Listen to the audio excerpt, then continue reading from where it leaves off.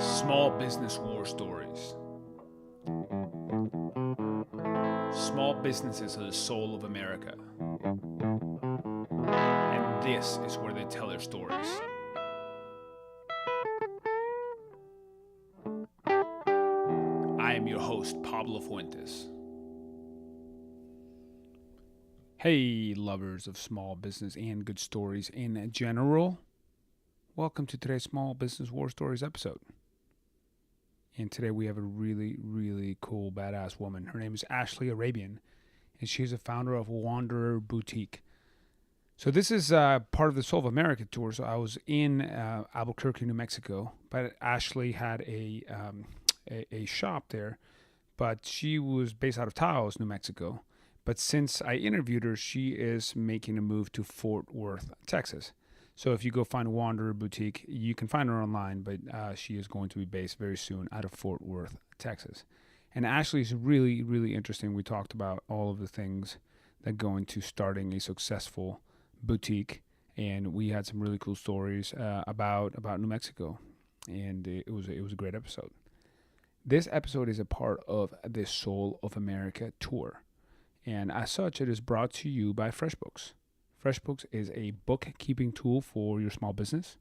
You want to focus as a small business person on the things that really make you tick, on the things that really make you money, not necessarily on running the financial engine behind the business.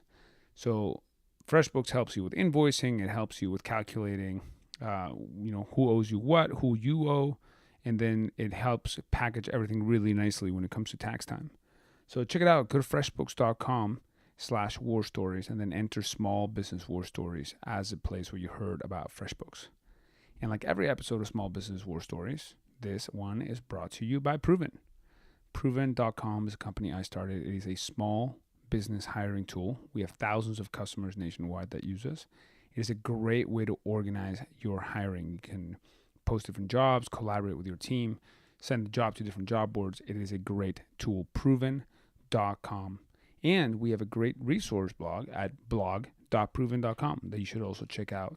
We have all the Small Business War Stories episodes there, as well as many different articles about things that are important to small businesses. If you have an idea of things you want us to cover on the podcast or on the blog, please do shoot us an email at podcast@proven.com. Without further ado, let's get into today's episode with Ashley Arabian of Wanderer Boutique. And we're live here in beautiful Albuquerque, New Mexico. And today I have the pleasure of sitting down with Ashley Arabian, who is the founder of Wanderer. Welcome to the show. Thank you. It's great to have you here. I would love to learn a little bit more. You are based out of Taos. Out of Taos, New Mexico. Wow. Yeah. That's like 2.5 hours from here. Yeah, I do have to drive to Albuquerque once a week. So you only come here once a week? Just about, yeah. Okay. Yeah. So, and that's to fill stock up on the shop, check on things, and then I go back to Taos. So the shop doesn't have to be, you don't have to be here for it to run? No. Spurline Supply Company is a collective of, I think more than 50 small New Mexican businesses, all under one roof. And we're all really, really grateful because this is so well organized that we keep our spaces stocked and we get to brand ourselves and show who we are and keep ourselves, our brand within the space, but we don't have to be here all the time. That's awesome. Yeah. That's awesome. So what's the difference between Taos and Albuquerque? When you come down, do you see a big difference? Taos is up in the mountain, right? Taos is a small mountain town. Yeah. Yes. People think it's in the desert, but it's technically high desert. Okay. You get a combination of a lot of things up there. You have dry mesa, you have the mountains, actually a great place to go skiing. Yeah. It used to be only skiing. It was one of the last mountains I held out against snowboarders, right? Yeah, that's true, actually, yeah. But it's beautiful. It feels very historic. There's lots of adobe buildings, and you feel the oldness there. I went through there once. I saw a blues concert out in that the brewery that's out in Taos Mesa Brewery. Yep. Great place to see music. They're doing good things up there too. That's awesome. That's awesome. All right, so let's talk about your shop. So Wanderer, how did you get started? It's a boutique, right? And you sell many different things. So let's talk about what you sell and why. Okay, so it's basically a women's clothing store, but I sell jewelry, I sell handbags, I sell housewares, candles. It's a boutique with a big range. And For inability to find a better adjective, it's a lot of bohemian style things. Okay. Yeah. What does that mean? It's kind of targeted toward this style that's really popular right now, which is the free-spirited woman. Okay. And it's reminiscent of a lot of 60s and 70s style, and I guess mixed with newer things too, like, skinny jeans. And Okay. It's trendy. So trendy. tell me more about the free-spirited woman. What does that mean to you? Well, it's the essence of wanderer. I have always been someone who couldn't really lock down a career, or I didn't want to. I've always worked in food and beverage, and I always loved to travel. And the two work really well together. Okay. You can do one thing. You can be bartending, waitressing. You could be line cooking. I actually went to culinary school, and I cooked for a while as well. And I love that industry. I miss it sometimes too. But, I got to travel in between jobs and explore the world, and didn't have to worry about, losing my career, because it's not really that serious. Yeah. And that was nice Yeah. for me. So how do those values and that way of seeing the world translate into your shop, into what you do? Well, so I did that for so long, and I would get, kind of some crap for it every now and then. But From whom? From my ex-business partner. Okay. And just, here and there, you could feel the pressure from, it's a societal thing. It's a parental thing. They want you to be stable. Yeah. Be a grown-up, quote unquote. Yes. Yeah. Yeah. Understand. Be an adult. I haven't gone there yet, so. I'll never get there. But I did want that in some way. As I was approaching my 30s, I knew that I didn't want to be on my feet till 4 o'clock in the morning anymore. Yep. So I moved into retail, and skipping a few beats here, but I have Wanderer now. And Wanderer was a way for me to put a positive outlook on traveling and not necessarily feeling the pressure to have that stable career, live in a certain place, be in one place forever. I want to see the world. I want to move around to different jobs. I want to experience different things, but also, be fashionable and look good doing it. Sounds good to me. Good to me. Mm-hmm. And what are some of the items that you carry?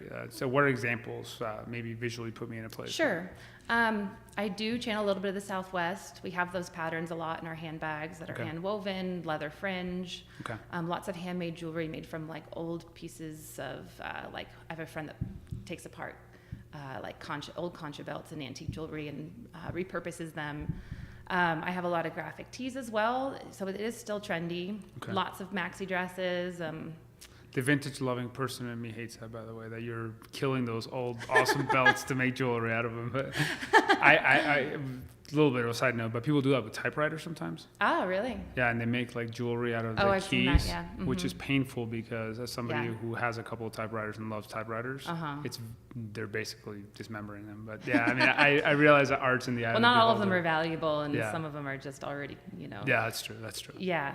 Okay, so you have people repurposing and having this sort of bohemian ethic in their jewelry. Right. She's a local collection. Taos designer. Okay. Her brand is called Two Quills. It's awesome. Cool. And I try to carry as many local jewelers as I can, because it's kind of the few ways that I can carry local people, because there's no way you can do that with clothing. I mean, there are ways, but for the most part, you can't. Interesting. Yeah. So how do you think about that? How do you think about, so it's important to you to be a part of that community and to stock people around here. How do you source who you buy from? Well, I do what a lot of retailers do. I attend Magic in Las Vegas twice a year, which is a buying conference. You go and explore all your brands and meet your reps, and you place orders for the next 4 to 6 months. But then I also have a lot of people approach me. I've seen you on Instagram or Facebook, and I love your brand. I think my jewelry or my product would fit with you really well. And sometimes it does. Okay. Yeah. Awesome. Mm-hmm. And you sell, so you have this location here. Do you also have a location in Taos? I do. That's where I started out. About 1.5 years ago, I opened in Taos. Okay. And I've only been open here, everybody has, for just a couple months. So this is new. Yep. Yeah. It's a cool space. Yeah. I've interviewed a couple folks here. Yeah. Awesome. And you also have an online presence. Do you sell directly online or not? I do. Online's been very hard. A lot of people think that, because Taos is a quiet mountain town for the most part. So they're like, in the slower months, you have online, so you must be doing fine. And the truth is like, online sales is very difficult. It's very hard to get someone to come to wanderertaos.com when they don't even think about something like that, rather than, oh, I need some shoes, I'm going to go to Nordstrom.com, Target, those bigger Amazon brands that automatically pop up when you think about shopping online. Right. So to get someone to go to your website, even if it's like through your Instagram profile, and then to fill their cart, and then to even press purchase. I mean, it's amazing how many visitors I have filling their carts, and then just like 2% actually complete a purchase. It's really tough. Yeah. So then it becomes a volume game for you to get people in the door, at the top of the funnel.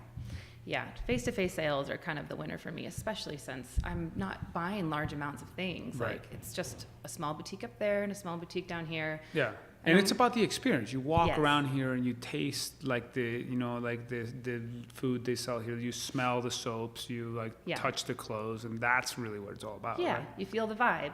And I think a lot of people come into my store and they like being there because I create a mood. I have certain music. You have your amazing new neon sign. Yes. Which we just got to work. Yes.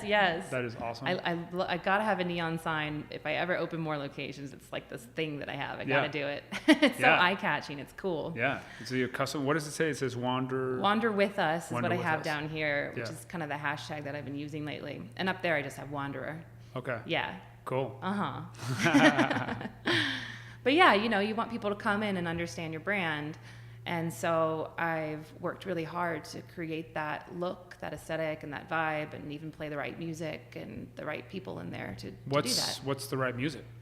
I play a lot of folk music, Americana. Okay. A lot of older stuff like Neil Young and America, sometimes some Bad Company. Yeah, there you go. But I always have my dog in the store. I have a beautiful sofa that's all Pendleton. And, you have this decor that makes people go, oh my gosh, what's this? And they kind of want to hang out for a little bit, too. And you want that? Definitely want that. You want to keep them in there as long as you can. Okay. Yeah. Very cool. Mm-hmm. That's awesome. So what's your goal? What's your vision with this? So do you want to open more stores? Do you want to, you have Taos, you have here. Mm-hmm.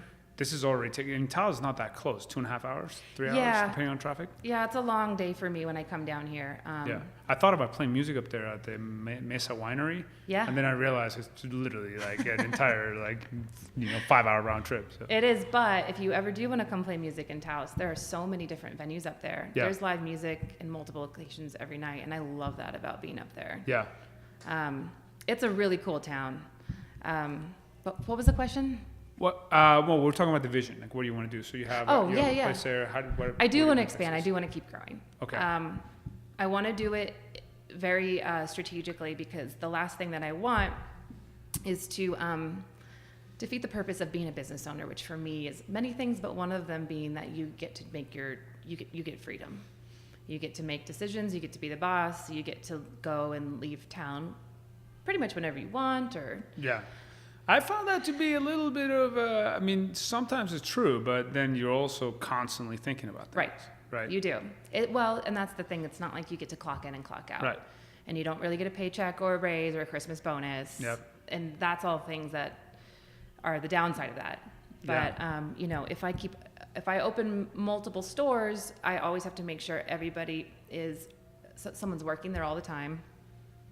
And it's just, putting a bigger load on you. So I want to be able to grow and do it in a way that I won't have to lose my freedom. Yeah. Especially since I love to wander. Yeah. I want to travel. I want to go and do things, and I want to be able to know that everything's going to be fine at home. Okay. So you want to open more stores and then have structures and systems such that people can help run those. Yes, and I have certain places in mind that I think would work really well for me, and the whole goal is to basically do what I'm doing down here in Albuquerque, which is to have this sort of setup. What is sort of the place? So this is a profit-sharing deal here at Spurline Supply Company. So, everybody here has their space. They get to brand themselves, be themselves, but we all have a responsibility to upkeep our space. But the space is already employed with their own staff. So they check people out for us. They manage the store. They take care of a lot of marketing for us as well. Yeah. It's very well run. So we just get to worry about the fun stuff. Yeah. Which is pretty cool. So cool. You want to identify more locations that are like that? Yes, and I Okay. do see these kinds of concepts happening in a lot of. I used to live in San Francisco, and this was a similar thing on Where? large and big I don't know if scales. I ever saw one. There's one in the Mission. It's next to the bar Trick Dog, and there's like Heath Ceramics in Okay. there in a blue bottle. I don't think it's actually the same business structure, but if you Okay. walk in, it's a similar vibe where there's small businesses within one big one. Okay. And this is a similar look as well, but the Ferry Building, That's all under right. one roof. That's a good idea. That's a good analogy, rather. This kind of feels like Right. a micro version of the Ferry Yeah. Building. Less food, more. Yeah. But there will be a culinary marketplace Really? that is going to model essentially the Ferry Building in a way. And there's also one in Napa. I forget what it's called, but it'll be right down the street. Okay. Yeah. So Albuquerque, where things are happening. Things are growing here. Yeah. And I'm not as familiar with Albuquerque, but I do see that there are younger people living here, people wanting to do really cool things and open businesses and take risks to make this city a cooler place. And I respect that. That's awesome. Yeah. That's awesome. Mm-hmm. And everybody wants to be Taos, but not everybody can live in Taos. Taos is hard. Yeah. It is a small town, and I've had to make so many adjustments on a professional and personal scale to adjust to being there. Like And- what? So it's interesting. Let's talk about that a little bit because I've interviewed a lot of people all over the United States, and one of the big themes I see is people moving to places where they have more of a sense of community, Yes. which is one of the upsides of that, right? But what are the trade-offs? What are the things that you're seeing? I mean, that's what I was looking for. That's what I wanted. Didn't have that at all in San Francisco. Right. How How many people live in Taos? I think the population is around 8,000 people. Okay. But it does sprawl out a little bit more. And it fluctuates because people come for skiing and Yeah, stuff. it's a seasonal town for sure. The downside of it is that it is a small town and a small community, and people know your business, whether you like it or not. There's lots of, moments of gossip and talk, and it can get a little ugly. Yeah. It's not fun. Not fun. No, and you lose your ability to be a private person, especially as a business owner. But you can go home and lock your door and be a hermit for the winter. That's an option, which is kind of nice in some ways, but Yeah. it's just how it is. Okay. Yeah, But you'll take that trade-off. I will, and I've had like moments where I'm like, I can't do this, and Yeah. and then you wake up and you look at the mountain and you have your neon sunsets up there, and it's so beautiful that you just stop caring. You're like, Okay. I'm okay. I'm Yeah. doing all right. Yeah. I think you are. That's cool. What is the, so how long have you been in business? Wanderer's been open in Taos for about a year and a half. Okay. So what's the number one lesson that you've learned for maybe people who are thinking about starting their business or people who are thinking about setting out on their own and maybe who have this vision that you have of, running a business and not wanting to be on their feet or whatever that version of it for you. It could be a cubicle or whatever. Right. What's the number one lesson or piece of advice you have for people? A big no-brainer, don't go into business with your best friend. Oh, right. That's good. I've heard a lot of, okay, tell me more about that. I started a business with my best friend and my mom in San Francisco. And that was a retail business. And that's the first thing I did when I decided to leave food and beverage. And it started out really cool and really fun. And I was so excited to just jump in. And it was mostly my best friend and I that were doing a lot of the work and on the front end of things. Okay. My family was kind enough to put in a lot of the money and the backing for it, and her and I kind of ran the show. Okay. And we had way too much fun doing it. It was great. And one day I realized, we're not making any money. Yeah, having a great time doing it. Yeah. So how did that, what happened? It just went up in flames. Okay. But what happened to your friendship? That also went up in flames. Okay. Yeah. Yeah, it was really hard. It was really hard because it was a slow decline. We tried really hard to make it work, and rent is very, very high in San Francisco. So we did our best to get our way around that. We did pop-ups, short and long-term pop-ups, and we did them in great locations like Ghirardelli Square. We did What were you selling? Same, kind of similar to Wanderer. Similar, okay. Yeah, women's clothing boutique that had all kinds of things. It was just, we tried really hard to sell things that were made in America, and it was a little bit higher end. Okay. And it was really good quality stuff, but not everybody cares that it's made in America when it has a high price tag, and they don't know about your brand because you're new and you're when you're kind of an underdog, especially in a place like San Francisco where there's, Warby Parker and like all these big brands blowing up and having beautiful real estate on in Hayes Valley and on Mission, and it's tough to compete with that. Yeah. So so it's one thing for the business to not have done well, but how did that affect your personal relationship? The harder it got, the more I started to fight it. Mm-hmm. This isn't working. Maybe we need to try plan B, plan C. And I would present all these ideas like, hey, I don't want to give up, but let's try this. And she didn't want to change anything. I don't think she wanted to go back to working her old job, which was very much corporate and just not very desirable. And I knew that it wasn't going to work. Hey, maybe we bartend or waitress, and maybe this is the second job for us. And it just wasn't an option. And it just created a bitterness and it created a nastiness too. And have you looked at healing? So, I mean, just to share some personal story to me, I started my business with 2 different business partners, and one of them left, and I interviewed him on this show on Small Business War Story, I think episode 9 early on, about what it was like to break up with me as a business partner. Yeah, but you maintained your friendship. We maintain our friendship. So there's a saying, Rockefeller, I think, said that friendship brought about by business always trumps business brought about by friendship, because we have become friends through the business. We weren't friends before. That's great. But we were somehow able to, and it's all in the episodes out there about how we kind of negotiate and handle. It wasn't always pretty or perfect, but I think it turned out okay. Yeah. But have you guys reached out to each other? How long ago was this? This was probably 2 years ago. Okay. Yeah. Still difficult? Oh, she won't speak to me. Oh. Yeah. Okay. Yeah, and I tried a lot. If you're out there, Ashley wants to talk to you. Well, I've kind of moved on at this point because it was a long. It took a minute to kind of. It essentially ended in screaming, like I said, this nastiness and this bitterness just kind of festered. Mm-hmm. And she even kind of got rude with my mom at times, and in the end, it was like a big blow-up fight. And my mom was just like, we're losing a lot of money here, and this isn't working, and we've gave it a really good shot, and we're going to shut it down. And it was hard for her to swallow. Yeah. So we did it, and I moved, and I reached out several times, and she just wouldn't reply to a single thing. And I think it was really hard because when you break up with, I'm sure a lot of people feel this way, when you break up with a friend, it's like breaking up with it's a relationship. Yeah. And it's hard. It feels like a divorce. But, through time, I think that I've done so well independently, and I've been really proud that I made this move and made this change in my life, that it healed me in that way.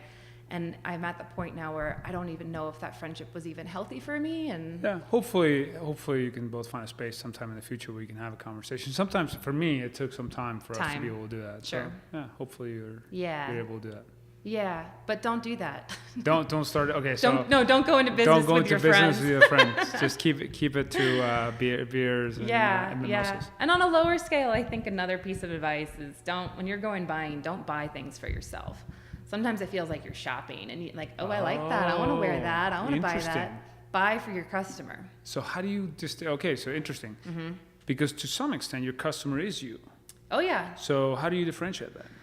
Well, you got to make sure you know what you're buying is going to fit a couple different body types, that it will appeal to a lot of different people, yet still works within your brand image. Okay. And you can have a very unique or style or something that you think is going to work great, but you just over time get to realize that might look good on me, but it may not look good on someone else. Or I really like that, but it's a really unique preference. Maybe not a lot of people would like that. Yeah. So you really have to make sure that you pick something that's going to sell. Okay. Yeah. So that's an iterative process. Do you keep records of these kind of things? How do you know if something's going to sell or not? And when have you ever been surprised by something? And have you ever been surprised by something either way? Meaning you thought it was going to sell and it didn't, or you didn't think it was going to sell that much? Sometimes things just don't turn out the way you want it to. I recently bought this dress that I just absolutely love, and I think it's great, and it's just this good old American cotton, dress. But it delivered to me, and I put it on, and it just doesn't fit right. So sometimes you can't tell. You know, every single size is all like one size. It doesn't fit a lot of different people, or the product may not turn out the way you expected, is what I'm trying to say. And then the other times is like, you just, after experience, you just start to know. I think I go by instinct. You know, you can't. It's kind of hard to keep a record of something like that, but. Like, for example, I've ordered so many different scented candles and different brands over time, and nobody likes mandarin. Nobody likes the citrus smell. Really? Mm-hmm. They go for more musky smells, or lavender, musky or floral. Cinnamon. I love that. No? Cinnamon smells like Walgreens in the holidays to me. Oh, yeah. I love, for some reason, like this sugar, like the stuff that smells like holidays. I kind of like. Yep. Yeah. Mm-hmm. Maybe I'm just See, like I'm a cheesy that's candle what you buyer. like. So then if you bought those candles, it may not appeal to everybody, but you're like, what? I love that. Yeah. Why doesn't everybody else like it? Yeah. So you got to figure it out over time. Sounds good. You might end up sitting on some inventory, but you'll figure it out. So let's talk about that. Let's talk about how do you handle cash flow? Because that's something a lot of businesses, small businesses, have challenges with. So Right. how do you, I mean, every piece of inventory right now in either one of your stores is cash on the shelf. And your turns matter. So Yes. have you gotten better at managing that? Yeah. What have you learned? Like, what's something you can share about that? There are several ways to move inventory, and it's always a challenge because I've had some items that have been just sitting there, and I don't understand because it's a beautiful product. But there's ways to figure out how to move it. Of course, you can always put something on the sale rack, but if you don't want to do that, move it around the store. Merchandising. Mm-hmm. Yeah. Shift something. I've had something sit in this place for months, and then I put it somewhere else, and it sold that day. Really? That happens. Okay, tell me a specific story. So maybe can you say what it was? Or if you'd rather not, that's fine. You can No, just say. yeah, it was like I had a bunch of mittens. Okay. And I had them sitting in a bowl. Okay. And they were tucked on a lower shelf, and Okay. I had like winter accessories down there. Yeah. But when I took them out and I put them on the front table in a very linear way, Yeah. it's eye-catching. So it looked like a bunch of people raising their hands on the table. Yeah. You have to essentially what I find is isolate the product, isolate or highlight it, and also make everything kind of lined up in a way. Okay. And that's something I actually learned through my most recent hire. I used to kind of like scatter things a little bit and put them in different angles. And then she came in one day and just made everything linear. And it was like it was a new store, and it was so beautiful, and the product stood out. And hate to admit this, but she learned that by working at Urban Outfitters, you know, and they know what they're doing in a lot of cases. They're damn good at merchandising. Yes. They have not gotten to where they got, you know, you can think what Yeah. you will about them, but. Yeah, and it worked. A lot of new stuff sold. Yeah. Oh, wow. How often do you change around the layout of your store? Every couple weeks. Okay. Yeah, as much. And, you know, you want to see if something works, too. So you want to have it sit there and test it out for a while. But, you know, if something's sitting there and it hasn't sold in a couple weeks, move it. Yeah. Yeah. Okay, so that can make a difference. It can be the same Yeah. item, same price, same everything. Absolutely. Just how it's presented. Yeah. That is an awesome lesson. Love Yeah. it. Cool. Very cool. Yeah. Can you think, other than the time, obviously, when the past business, when things went really wrong with your former business partner, can you think of a time with this business where things, you know, something went wrong, and what did you do about it? And what was the story? Gosh, there's I feel like that the last business that I had with her, that was like a domino effect. A lot of things went wrong. Only buying product that was made in America is awesome, but I learned that just because it's made in America doesn't mean it was made in great working conditions. That's true. And a lot of people don't care. A lot of people want Let's to talk, see let's a talk lower about it. price So a lot tag. of people who've been on the show, like the people who made these boots, and like other folks, like Aaron at Tres Cuervos next to your shop. Yeah. You know, it matters to them to, you know, have things made in the U.S. So what's been your experience with that? Sometimes it works and sometimes it doesn't. When does it work and when doesn't it work? I think it probably works for those brands because they're actually making the product themselves. Okay. And so when a customer goes in a place and they see that it's being made right there, or they're meeting the maker, that will sell it. But I'm not making anything. I'm just a boutique trying to sell some clothing, and I can't really speak for a lot of these brands. I mean, I can as much as I want, but I'm just a salesperson in a customer's face, and you know, they're like, "Oh, you're trying to sell me something," and I am. But if it's $200 and something for a dress when they can get it for under $100 at a different boutique that it was made in China. Do you think this is a completely thought that just occurred to me? Do you think it's different for shorter-lived textiles than it is for longer-lived items? Meaning, denim jackets can last 100 years. Yeah. Most T-shirts don't last 100 years, right? I mean, just to give you an example, right. Do you think for shorter-lived items it maybe matters less, and maybe for people that have things that they know they're going to keep for a long time, or is that you still have the same issue with? I don't know, because I have that attitude too. Like, I want to buy things that don't have a scary price tag and are good quality. Mm-hmm. And I think that's what I've been working so hard towards with Wanderer, because I don't want to sell bad product, but I don't want to have anything over $200 in my store, because frankly, I live in a small town, and like there aren't fat wallets there, especially with tourists have fat wallets, right? With the tourists, but they have their moments and then they leave town. And then the real customer for me is I want the locals. I want, Taos women, New Mexican women to be able to shop with me and not feel intimidated by the price tags that I have. Makes sense. And I do want them to be able to feel like, I walked home with this t-shirt or these jeans or this dress, and I'm going to have it for a long time. So there are some really great brands out there that I carry. Some of them are Stillwater, Not Sisters, Amuse Society. They have pretty good price tags, and it's well-made product with good fabrics. Mm-hmm. But it's not designer, and it's a lot less than what I was selling in San Francisco. But it's almost the same quality. So you really have to. You can dig and you can find the right brands. So it's about buying and finding where you can cross that market. Yes. Cool. And knowing what you want and what you're going for. That is awesome. Yeah. Where can people find you? So what are your addresses? What's your address in Taos, and what's your address here? I'm at 110 Paseo de Pueblo Norte in Taos, and as you're driving through the main road in town, you'll see me with my neon sign. Boom. Pink, blinking. It doesn't blink, but you'll see it. Yeah. And then I'm here at Spurline Supply Company in Albuquerque. Okay. Awesome. Yeah. And what are your Instagram and Facebook? WandererTaos.com is my website, and Wanderer Taos is my handle on Facebook and Instagram. That is awesome. Yeah. And before we sign off, do you have any specific tips about how you've been able to grow your audience on Instagram? Yeah, just having really good content constantly and posting often. How often do you post? I try to post every other day. Every other day? Mm-hmm. Okay. Yeah. And this isn't the most desirable thing for everybody, but you do need to get on there and like other people's photos and make comments and make yourself present, but toward a specific audience. Go to people that are fellow companies that you familiarize yourself with or within your area and see who follows them, and then look at that list of followers and go like and comment on their pictures. Got it. It's creating awareness locally, I think, is an awesome thing to do with Instagram. Love it. Social media tips from Wandering Ashley. Thank you so much for sharing your story on Small Business War Stories. Appreciate it. Okay. Take care. You too. Thank you for listening to Small Business War Stories. If you enjoy the show, share it with a friend, or you can subscribe on iTunes, Stitcher, or on our blog at blog.proven.com. If you have an idea for us, we'd love to hear it. Please email us at podcast@proven.com. See you next time.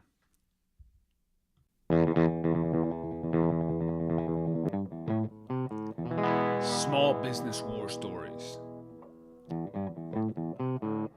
Small businesses are the soul of America.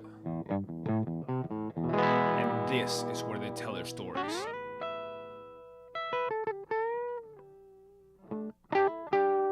I am your host, Pablo Fuentes.